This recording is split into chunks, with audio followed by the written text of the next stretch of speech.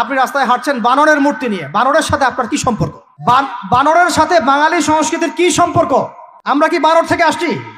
তাহলে বানরের মূর্তি আমি হাটে নিয়ে হাঁটবো কেন?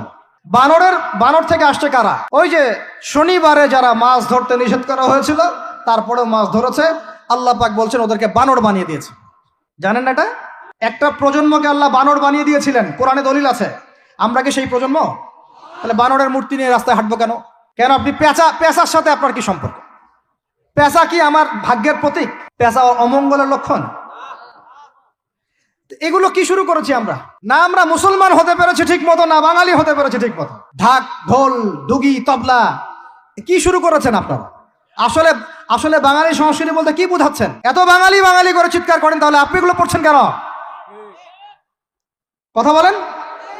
আমাদের বাপ দাদারা বাঙালি ছিলেন, খাঁটি বাঙালি, তাহলে আমরা কেন এখন জয়ীফ বাঙালি হলাম কেন? জাল বাঙালি হলাম কেন?